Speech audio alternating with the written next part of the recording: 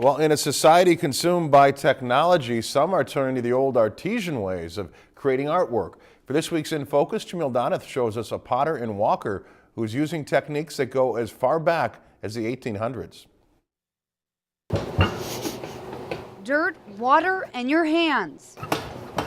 By its very nature, pottery is a simplistic art form, but potter Alan Fritz's work is all about getting back to the basics. This clay, which came out of the earth, has been in there for who knows how many thousands of years. And so really, it's taking a very old substance and just bringing it into a use for us here and now. The owner of Clay Pottery ditched his wheel for flat work, a technique of rolling clay into flat slabs and molding it by hand. That sense of inexperience and the unknown, I think, is a major ingredient in creativity in general. The Walker Potter's pieces are inspired by the arts and crafts movement of the late 1800s. And I'm just going to roll it out. After factory work became the norm, people wanted a creative outlet away from technology, so they turned to handcrafted art. The faster we move and the faster we think, the less time we have to stop and look at something that might be simple and quiet.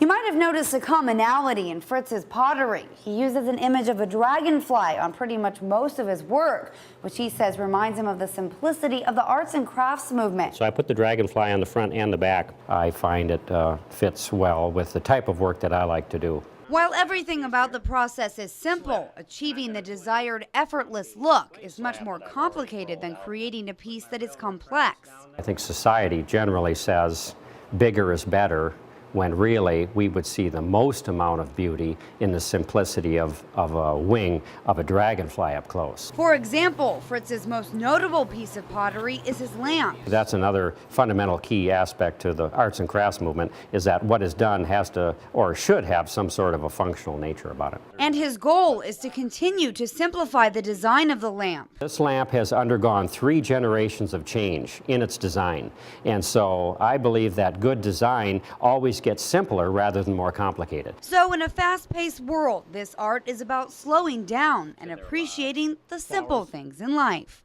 For this week's In Focus, Jamil Donath, Lakeland News.